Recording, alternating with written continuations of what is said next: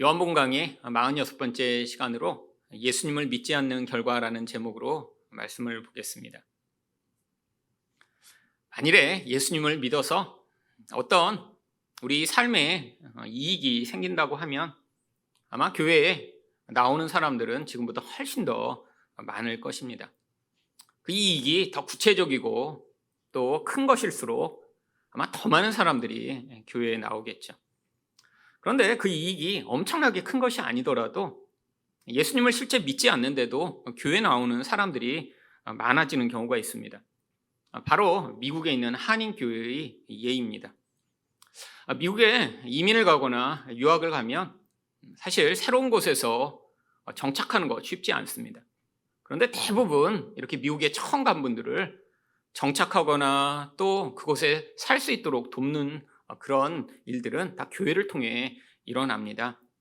맨 처음에 누군가 처음 어느 지역에 오셨다고 하면 주변에 있는 성도나 또 목사님이 연락을 해서 차를 태워주는 일, 집 사는 일, 또 물건 사는 일, 또 심지어는 직업까지 소개해주며 정말 몇 개월간 공을 들여 사람들을 도와줍니다. 그리고 교회에 와서 또 일주일에 한 번씩 맛있는 한식을 먹고 또 사람들과 또 만나고 교제하는 이 일. 예수를 믿지 않는 사람도 그렇게 미국에 와서 처음 교회에 나가게 되고 또 그것이 익숙해지는 경우들이 많이 있습니다. 또 미국에서 이렇게 아무리 외국에 이민을 가고 산다고 하지만 결국 사람들이 관계를 맺고 살아가는 일은 결국 자기 나라 사람들과 관계를 맺고 살아가게 되어 있습니다. 그래서 특히 교회에 이렇게 나오면서 한국 사람이 한국 사람들을 만나고 또 그 사람들과 관계를 맺어 어떤 일들을 하고 하는 일들이 계속 벌어지기 때문에 이렇게 교회를 왔다가 떠나지 않는 경우들이 많이 있습니다. 그런데 그렇게 아주 작은 이익이라고 하더라도 교회에 왔다 떠나지 않는 사람들이 나중에 교회에 오래 다니게 되면서 거기서 직분을 받게 되고 또 교회의 아주 중요한 멤버가 되면서 그때부터 아주 어려운 일들이 벌어지는 경우들이 많이 있습니다. 제가 미국에 있으면서 많은 목사님들을 통해 이 미국에 있는 한인교회의 많은 문제와 어려운 이야기들을 정말 아주 귀에 못이 박히도록 들었습니다. 도대체 한국이라면 상상도 못할 일들이 교회 내에서 벌어지더군요. 한 목사님은 너무 교회에서 스트레스를 많이 받으셨는데 이유가 뭐냐면 자기가 설교를 하면 몇몇 분들은 커다란 신문지를 갖다 이렇게 펴놓고 거기서 넘기면서 읽는데요. 설교 듣기 싫다는 거죠. 그럼 교회를 안 나오시면 되겠는데 그분이 장로님이시래요. 근데 큰 신문지를 펴놓고 앞에서부터 착착 넘기면서 설교를 시작하면 그렇게 하고 있는데 설교단에 설 때마다 가슴이 떨리고 소리를 지르고 싶고 부들부들 정말 자기가 미쳐가는 것 같다고. 근데 그렇게 하시다가 결국 어느 날 월요일 날 한국에 돌아가는 비행기표를 예매해 놓고 주일날 설교 때 나 내일 한국 갑니다 하고 사임하고 한국에 돌아오셨더라고요. 그런데 그런 이야기를 한두 건 들은 것이 아닙니다. 도대체 한국이라면 상상도 못할 그런 일들. 근데 이야기를 들어보니까 그분들이 예수님을 믿는 게 아니에요.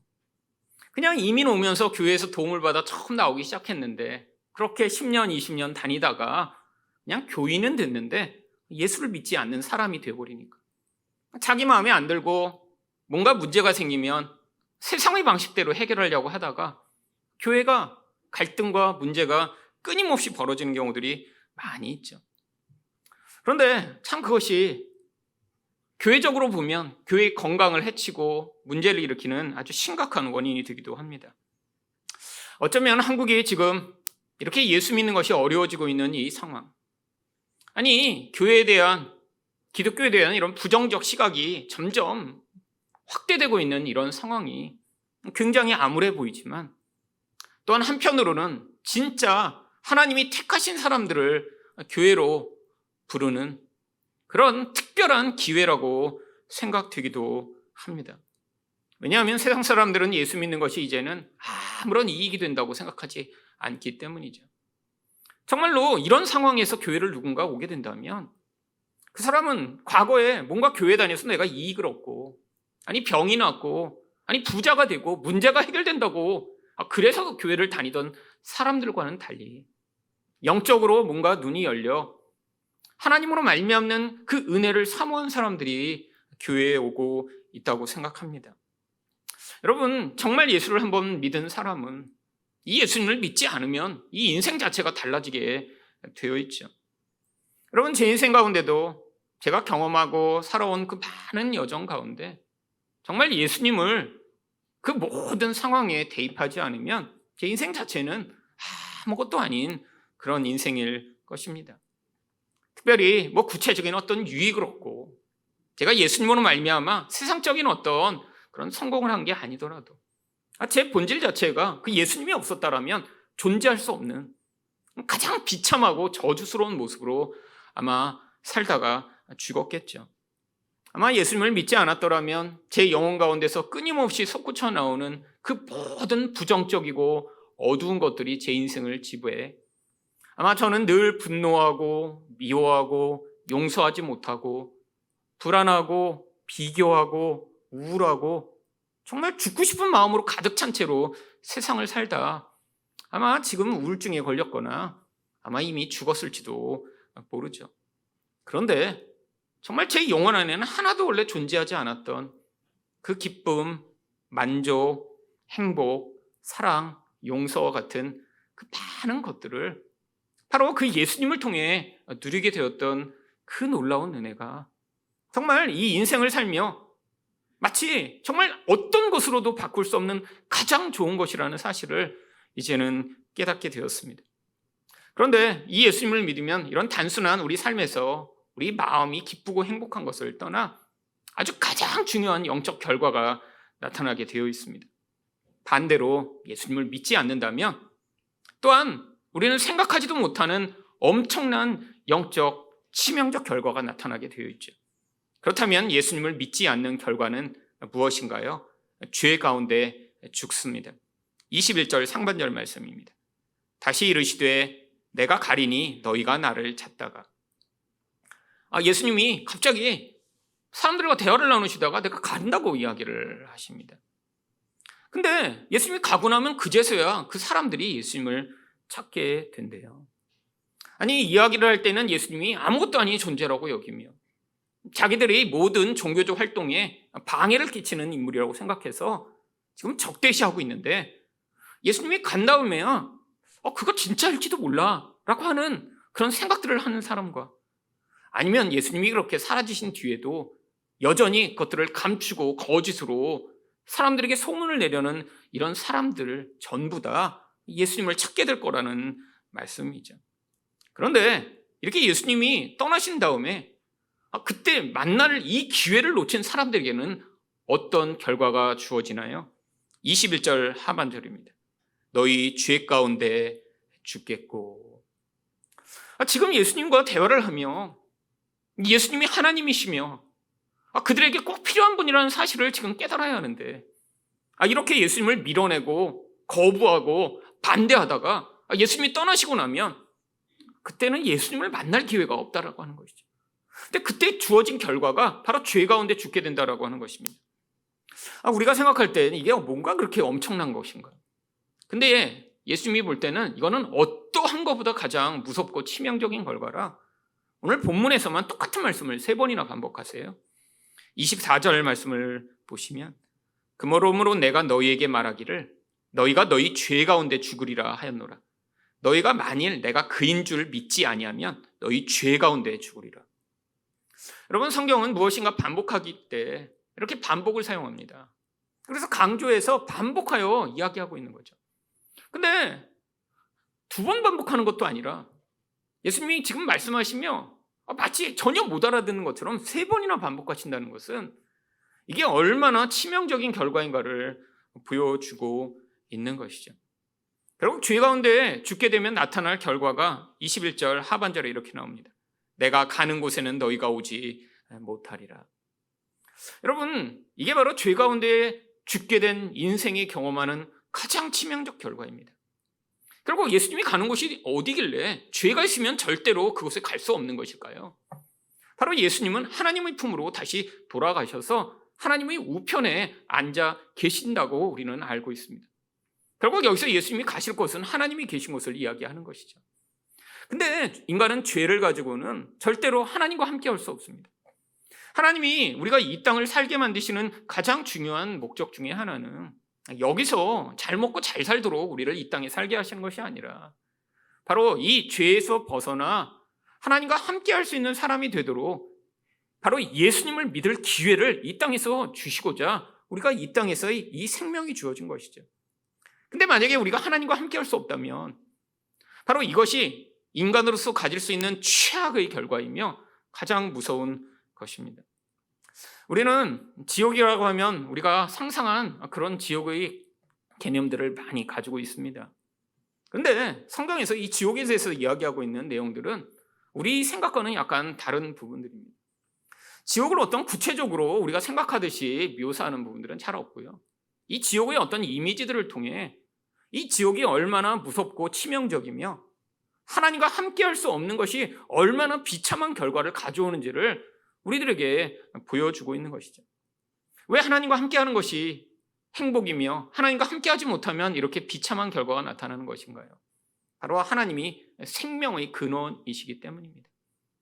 여러분이 이 생명이라는 것은 단순히 이 땅에서 이렇게 숨쉬고 살아가는 것을 이야기하는 것이 아니라 존재하는 그 존재를 가장 충만하고 가장 아름답고 가장 행복하고 가장 만족스럽게 만드는, 하나님이 인간을 만드실 때 바로 그 인간이라는 존재가 하나님이 의도하신 대로 그 안에 생명을 채워넣어 그 생명으로 말미암아 원래 하나님처럼 온전한 사랑, 죄가 없는 거룩함, 그것으로 말미암는 만족과 기쁨 가운데 살아가도록 만드셨는데 바로 하나님이 생명의 근원이시기 때문에 하나님과 함께 하기만 하면 바로 우리가 경험할 수 있는 모든 좋은 것들, 우리 외적 환경과 상황에 관계없이 이 인간이라는 존재가 누릴 수 있는 최고의 모습으로 살아갈 수 있는 것이죠. 근데 바로 이 하나님과 단절된다는 것, 우리가 흔히 지옥이라고 얘기하는 이곳은 바로 이 생명과 전혀 관계없는, 어떻게 보면 죽음과 저주가 가득한 곳이라고 할 수 있는 것입니다. 성경에서 그래서 이 지옥에 대해 뭐라고 묘사하나요? 마가복음 9장 48절부터 49절을 보시면 거기에는 구더기도 죽지 않고 불도 꺼지지 아니하느니라. 사람마다 불로써 소금 치듯함을 받으리라. 여러분, 이것은 지옥이 이렇게 구더기가 있고 뭐 불이 있다는 것을 묘사하는 게 아니라 이 지옥의 어떤 상태를 우리에게 이미지로 보여주고 있는 것입니다. 여러분, 불이 막 타고 있으면 거기 구더기가 계속 살 수 있을까요? 그럼 구더기 구이가 됐겠죠. 아니, 그 불타는 곳에 이 조그만 구더기가 어떻게 살아요? 근데 이런 모순된 이미지로 뭘 보여주고 있는 것이죠? 이 불이라고 하는 것이 고통은 주고 심판의 도구가 되지만 이런 구더기와 같은 미물조차도 거기서는 죽을 수 없는 그런 곳임을 보여주는 것입니다. 그러니까 영원한 심판이 계속된다는 거예요. 그게 불이든 뭐 어떤 사람이 생각하던 그런 뭐 마귀가 꼬챙이로 찌르는 것이든 아니면 얼음 속에 들어가는 것이든 아니면 불교에서 묘사하듯 이렇게 똥통에 들어가서 1000년에 한 번씩만 숨을 쉬러 나오는 것이든 어떤 것인지는 모르지만 이런 심판이 끊임없이 주어지는데, 아니 구더기와 같은 미물도 죽지 않고 그 고통을 영원히 다하며 존재하는데, 근데 이 심판의 도구가 되는 불이 어떻게 미치냐면 불로써 소금 치듯 함을 받는대요. 여러분, 소금을 칠 때 어디에 소금을 치나요? 상하지 말라고 그런 쉽게 상하는 그런 물건에 소금을 칩니다. 대표적인 게 물고기죠. 여러분, 물고기에 소금 칠 때 그냥 겉에서 대충 뿌리고 마나요? 아니에요. 잘 상하는 아감이나 내장이나 이런 부분이 소금이 잘 치도록 배도 열어서 거기도 툭툭툭 치고, 아가미도 이렇게 벌려갖고 그 안에도 소금 팍팍팍 치고, 소금을 골고루 빠지지 않고 구석구석 다 쳐야 상하지 않습니다. 뭘 얘기하는 거냐면 이 심판이 얼마나 구체적이고 세밀하게 구석구석 임할지를 보여주고 있는 거예요. 피할 수가 없다는 거예요. 불꽃이 가서 그 심판당하는 대상에게 미치는데 어디 조금이라도 숨어서 이렇게 피할 수 있는 그런 게 아니라 마치 생선을 뒤집고 내장을 열어 소금을 듬뿍 쳐서 골고루 소금이 영향 미치듯 이 하나님의 심판의 손길이 그 지옥에 있는 모든 존재에게 하나도 빠지지 않고 미치게 됨을 이야기하고 있는 것입니다. 여러분, 그런데 이 지옥은 단순히 이런 것에 끝나지 아니하고 또한 이 지옥의 이미지에 대해서 예수님은 나사로의 비유에 이렇게 또 말씀하십니다. 누가복음 16장 23절부터 24절입니다. 그가 음부에서 고통 중에 눈을 들어 멀리 아브라함과 그의 품에 있는 나사로를 보고, 이 그는 누군가요? 바로 부자죠. 아니, 부자라고 지옥에 간 것이 아니라 부자로 살면서 자기 집 그런 문간에서 고통하는 나사로를 기억하지 않고 자기 배만 불린 사랑이 하나도 없는 그런 삶을 살았던 자의 그런 모형입니다. 이 땅에서 자기만을 위해서 살았던 존재. 아니, 이런 존재는 지옥에 갈 수밖에 없다는 거예요. 예수님을 믿어 진짜 이 자기 사랑에서 벗어난 자는, 그래서 하나님의 사랑이 그의 영혼 가운데 임하기 때문에 바로 이렇게 자기 눈앞에서 고통하는 다른 대상을 이렇게 그냥 바라만 보고 있을 수 없다는 것이죠. 결국 이 부자는 하나님을 믿지 않고 자기 욕심에 따라 세상을 살았기 때문에 지옥에 갈 수밖에 없었습니다. 그런데 그가 지옥에서 어떻게 반응하나요? 24절입니다.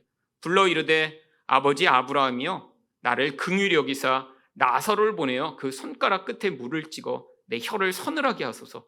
내가 이 불꽃 가운데 괴로워하나이다. 물론 이것도 예수님이 우리에게 보여주신 이미지입니다. 뭐 이렇게 천국과 지옥이 이렇게 그냥 가까이 붙어갖고 지옥에 가서도 막 이렇게 천국이 다 보이고, 근데 그러면 더 고통스러울 것 같아요.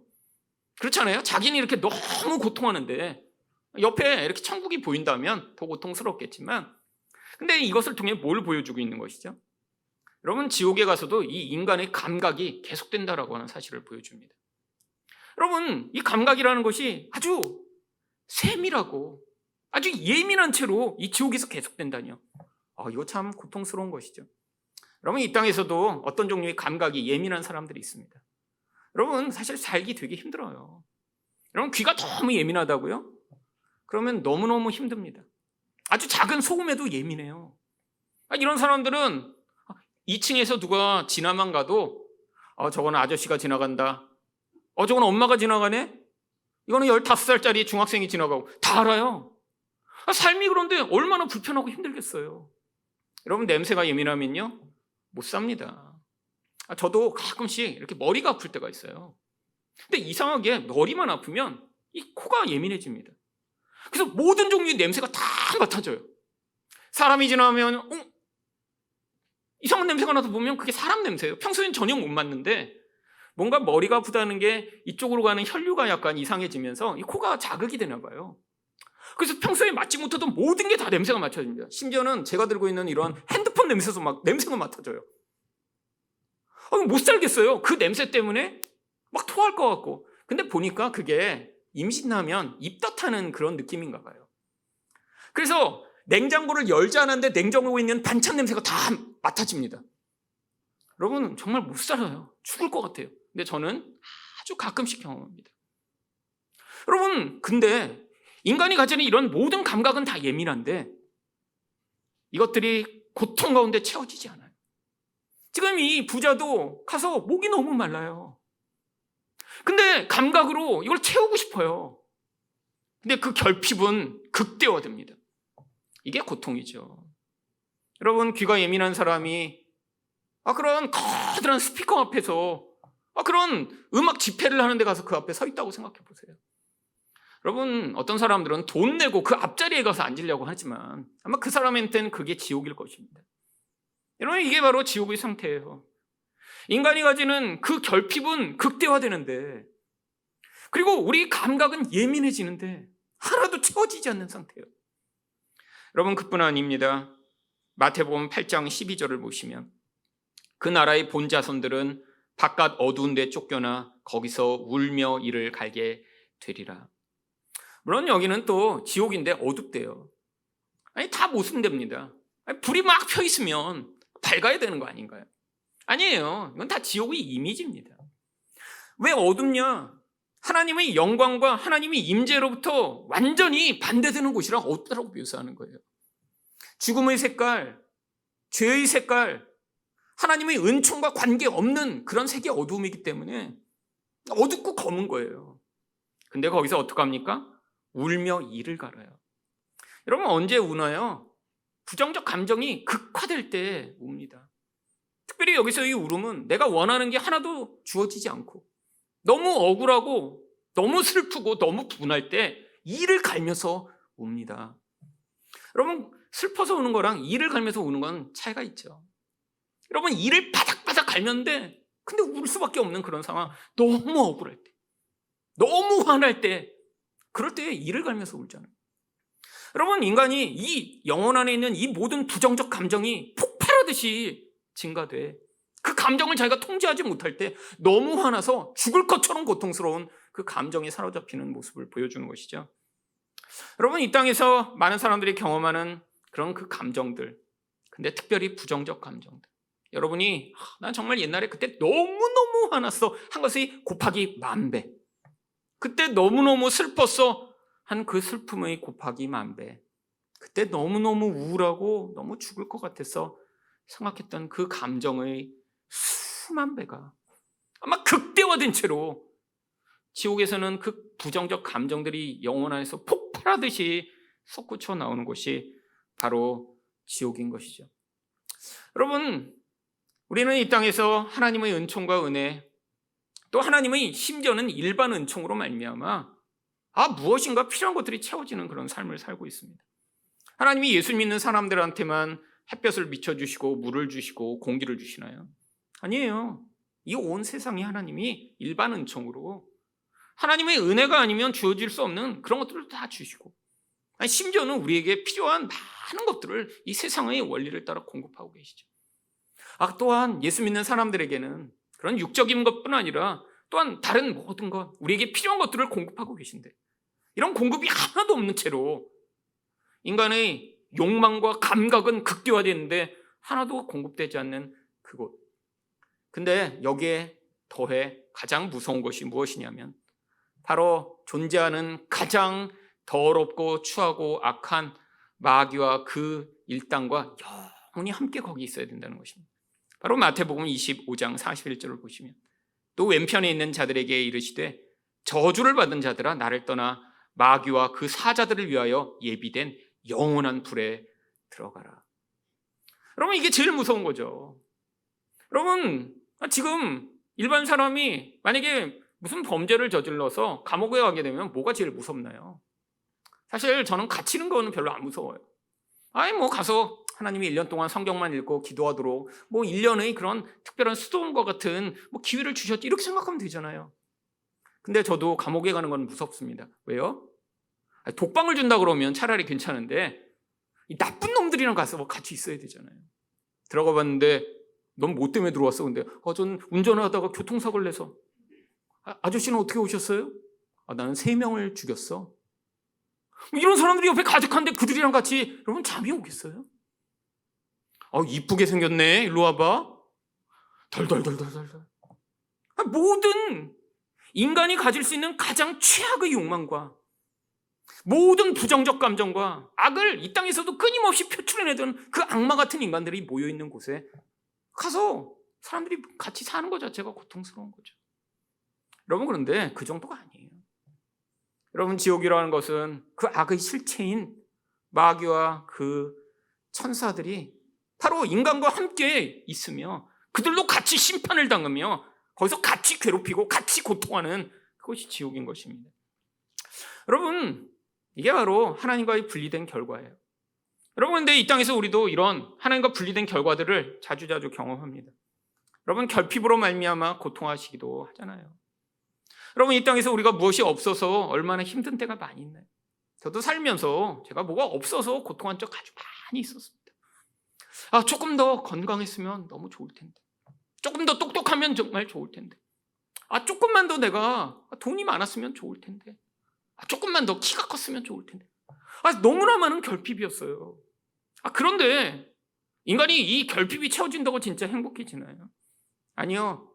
또 다른 사람들이 볼 때는 훨씬 좋은 것들을 제가 가지고 있음에도 불구하고 만족하지 못하고, 영혼 안에서는 남들이 볼 때 김일승 이것도 가지고 저것도 가지고 이것도 있으니까 너무 좋겠다. 근데 이미 있는 거는 별로 만족하고 감사하지가 않아요. 늘 내가 없는 것만을 바라보며 남들은 저걸 가졌는데 왜 나는 없지? 진짜 문제가 되는 것은 내 상황 가운데 뭐가 채워지고 채워지지 않는 게 아니라 영혼 안에 있는 불만족과 영혼 안에 있는 욕망이었죠. 여러분, 바로 이게 인간의 실체입니다.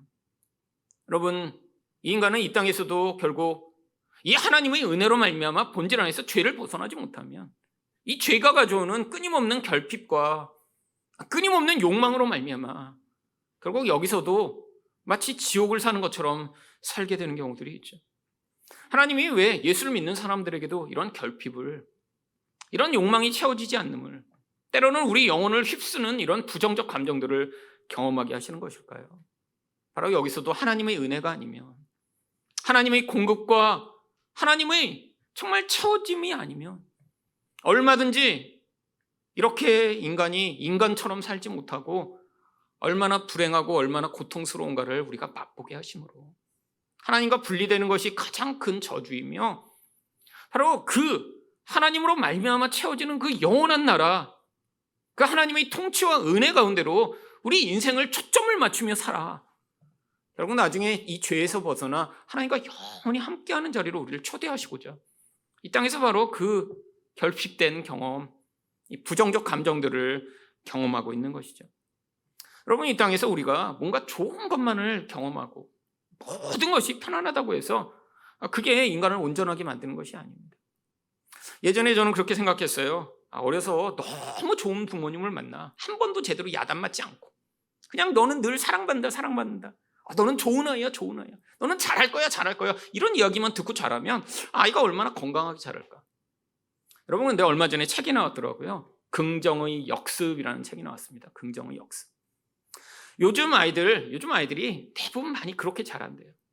아니, 제가 자랐을 때의 그런 환경보다 요즘은 부모님들의 교육 수준도 많이 높아지고 아이들을 이렇게 칭찬하고 너는 중요한 존재야, 너는 사랑받는 자야, 이렇게 이야기하는 거 아주 중요하다는 이야기를 많이 들어서 부모님들이 아이들을 어려서부터 이렇게 너는 중요해, 너는 최고가 될 거야, 너는 사랑받는 아이야, 막 노래도 많이 불러준대요.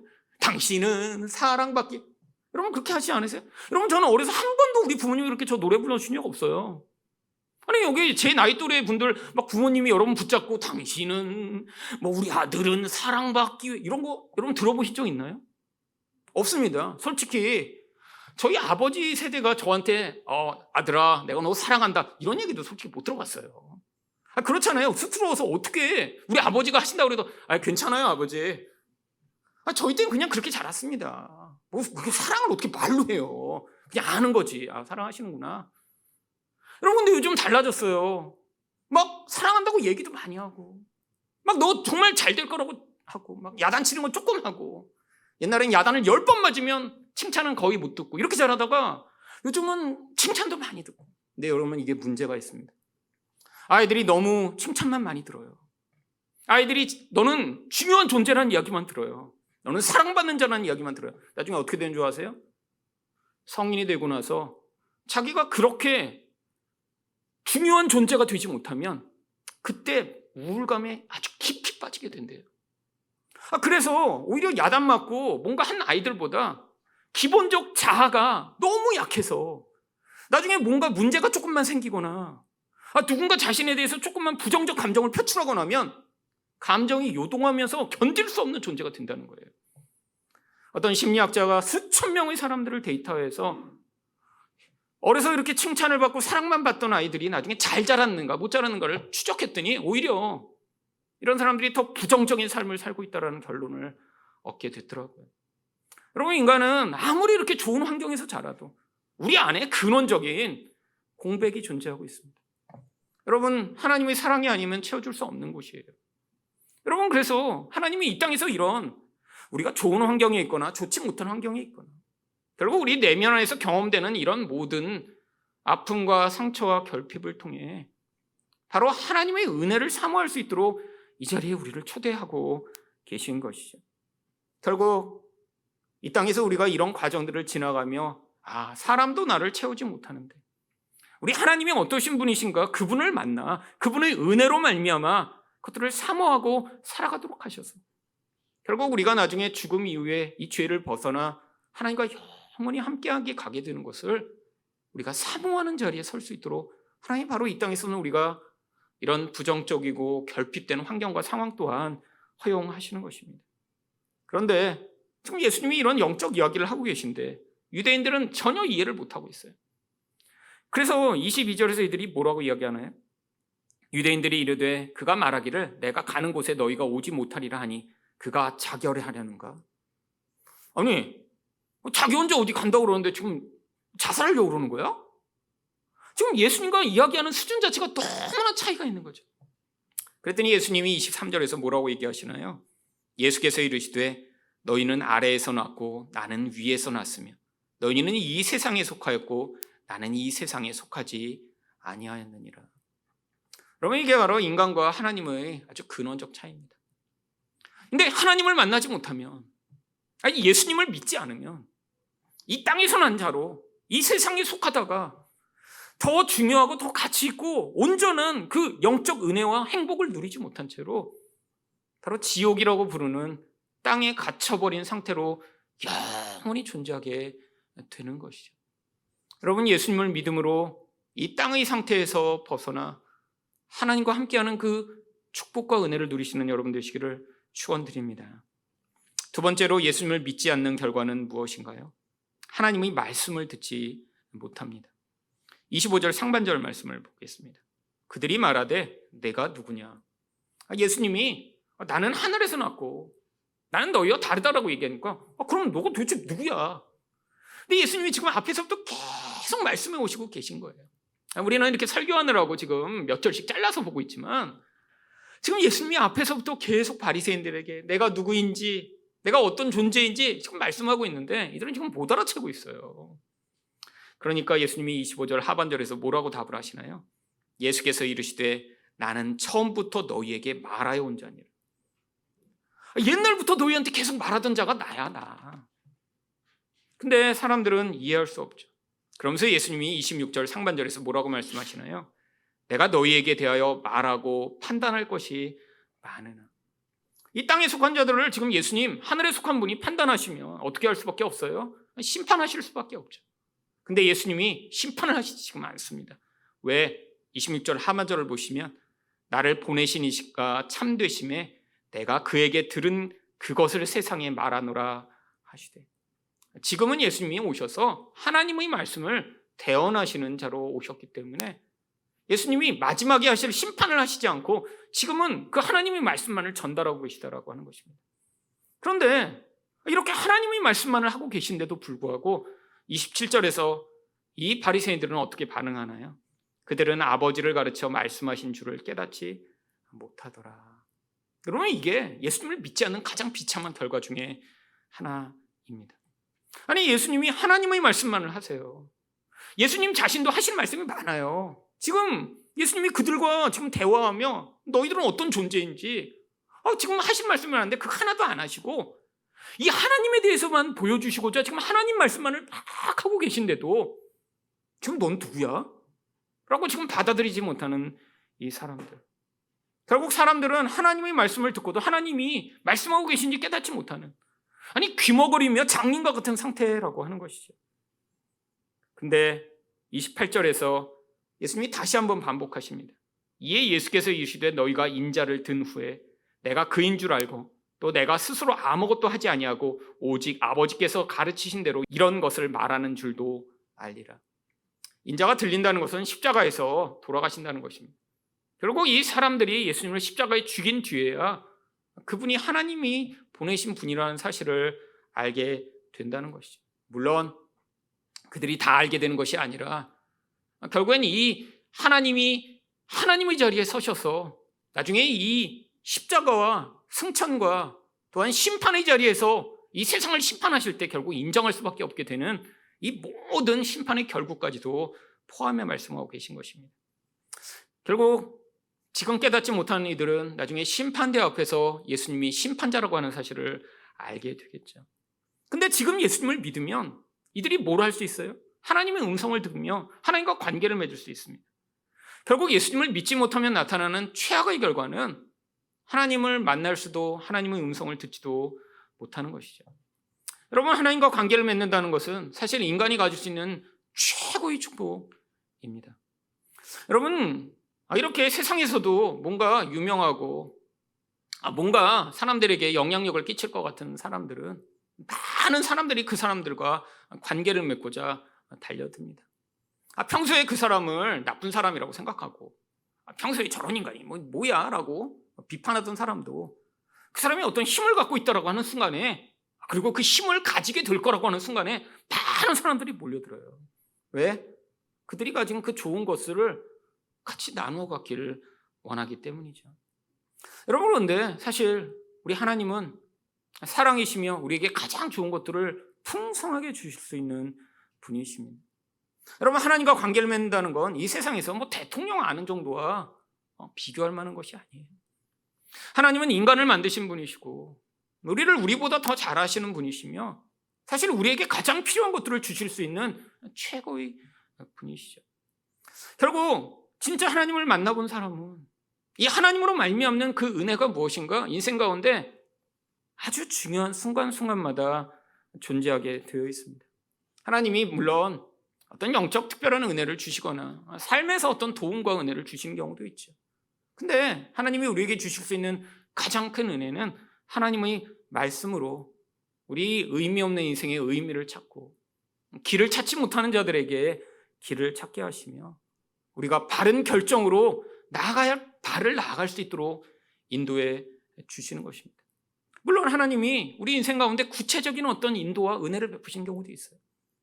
근데 이게 전부가 아니에요. 사실 하나님이 우리에게 주시는 가장 큰 은혜는 우리와 함께 하시며 우리 인생 가운데 정말 말씀으로 말씀하셔서 그 말씀이 우리 삶의 의미가 되고 그 말씀이 우리 삶의 길이 되며 우리 삶에서 내가 나의 욕심을 따라 결정하고 내 눈에 보이는 대로 걸어가려고 하는 우리 인생 가운데 하나님이 가장 선한 길로 인도해 나가시는 그 하나님의 말씀의 능력입니다. 여러분, 그러니까 반대로 하나님의 말씀이 사라지며 하나님의 말씀을 들을 수 없다는 건 인간이 경험하는 가장 비참한 것이고 가장 무서운 결핍이죠. 그래서 아모스 8장 11절은 뭐라고 이야기합니까? 주 여호와의 말씀이니라. 보라, 날이 이를지라.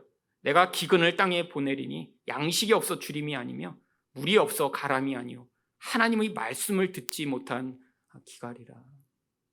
여러분, 이 중동과 같은 이런 더운 곳에 비가 내리지 않고 물이 없다면 참 고통스러운 일은 없을 것입니다.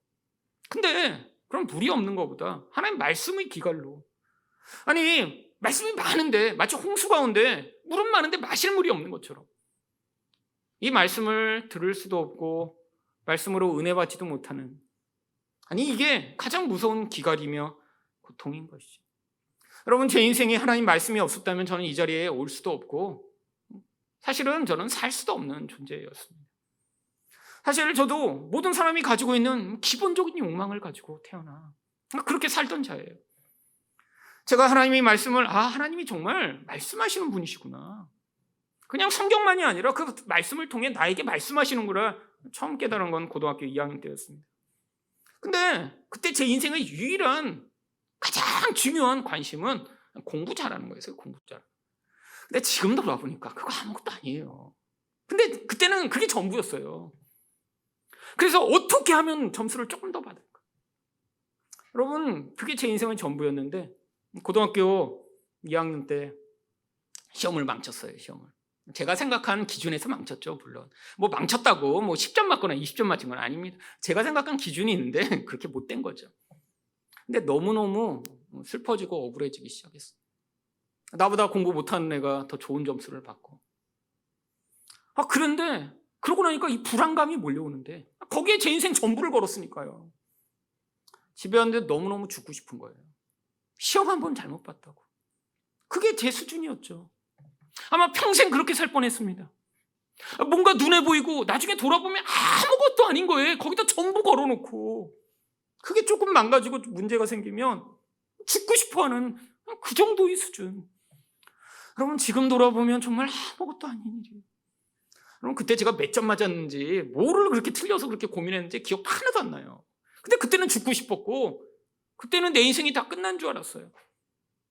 근데 그날 너무너무 힘들고 고통스러워서 그래서 기도했습니다. 하나님, 이렇게 시험 망치고 저는 대학교를 갈 수 있을까요?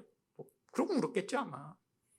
근데 제가 그렇게 울고 있는데 그때 이 요한복음 3장 16절 하나님이 세상을 이처럼 사랑하사, 그 말씀 가운데 하나님이 나를 사랑하시는구나라고 그게 개인적으로 느껴지기 시작했습니다. 근데 그게 정말 처음이었어요.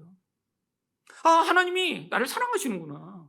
내가 시험을 못 봐도 사랑하시고, 내가 못난 자라도 사랑하시고, 내가 키가 크지 않아도 사랑하시고, 아니 내가 뭔가를 잘해서 나를 사랑하고, 내가 이뻐서 사랑하시는 분이 아니라 그냥 내 모습 그대로 우리 하나님이 나를 사랑하시는구나.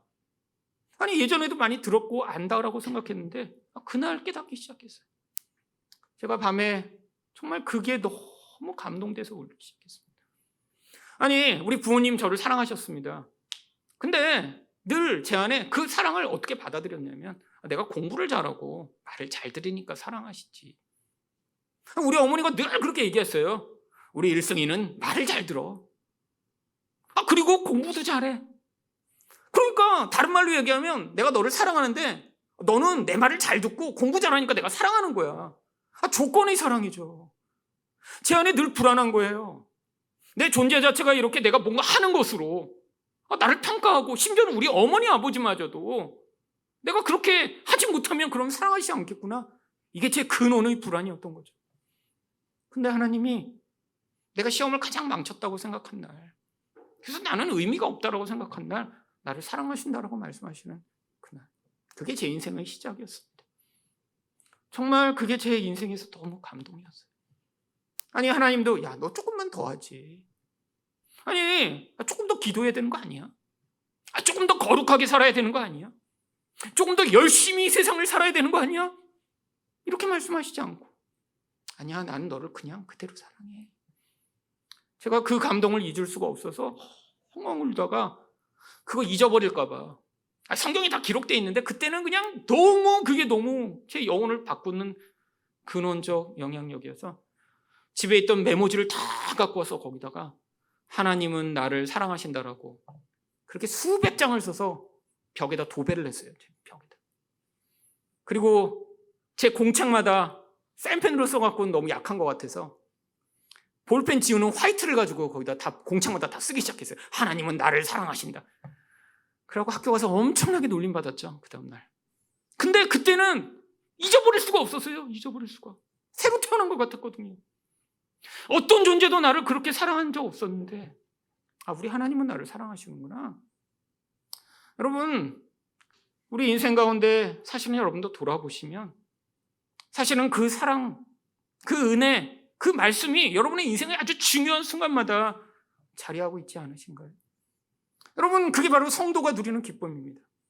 아마 제가 그때 그 음성을 듣지 못하고 제가 여전히 그냥 교회는 다니지만 그냥 내가 열심히 노력하고 애써서 세상을 사랑하는 거야 라고 살고 있었으면 아마 저는 힘들고 지쳐 이제 더 이상 달리지 못하고 포기하고 주저앉았겠죠. 세상 사람이 더 해봐, 더 멋진 모습 보여야지, 더 애를 써야지, 왜 이렇게 노력하지 않아? 라고 하는 그 음성이 제 영혼을 가득 채우고, 노력하고 애쓰고 몸부림치다 지쳐 쓰러진 뒤에 그리고 저를 향해 그래 너는 안 돼, 너는 불가능해 라고 외치며 아마 좌절하고 포기한 채로 인생을 살고 있겠죠. 근데 하나님이 바로 그때부터 하시던 그 음성으로 제 인생의 가장 중요한 순간마다 말씀하여 주시고 깨닫게 하시고 죄를 내려놓게 하셔서 사실 이 자리에 오게 된 것입니다. 사실은 그렇게 살았으니까 제 영혼의 근원 감정은 불안함이었고 두려움이었고 남과 늘 비교하며 우월감과 열등감에 늘 사로잡히고 그러니까 늘 완벽하고자 애쓰고 노력하는데 실패하면 깊은 좌절감에 빠져 자기를 책망하며 그렇게 살던 존재였는데 하나님이 그렇게 말씀하여 주시고 이 하나님의 말씀의 은혜로 말미암아 점차 그 영혼의 불안과 두려움으로부터 벗어나 옛날에는 맛보지 못했던 그런 행복과 기쁨과 은혜들을 맛보는 자리에 서게 된 것이죠. 여러분은 지금 이 땅에서 그 하나님의 함께 하심과 말씀으로 말미암아 이 지옥과 같은 우리의 영혼을 벗어나 하나님의 천국의 그 경험과 그 은혜를 맛보고 계신가요? 물론 우리는 이 땅에서 우리 영혼 안에서 쏙 붙여나오는 이 근원적 결핍과 고통으로 계속해서 그런 은혜 가운데 살 수는 없습니다. 하지만 때때로 들리는 하나님의 음성으로 위로받기도 하고, 때때로 하나님이 주시는 그 은혜에 감동하며 눈물을 흘리며 그 고난과 결핍과 어려움으로부터 벗어나 이렇게 잠깐 맛보는 그 은혜로도 행복한데, 하나님이 영원히 나와 함께 하시며 영원히 그 은혜와 생명으로 내 영혼을 채우실 그 나라를 사모하며 그 은혜의 자리에 가기를 애쓰는 여러분 되시기를 예수 그리스도 이름으로 축원드립니다.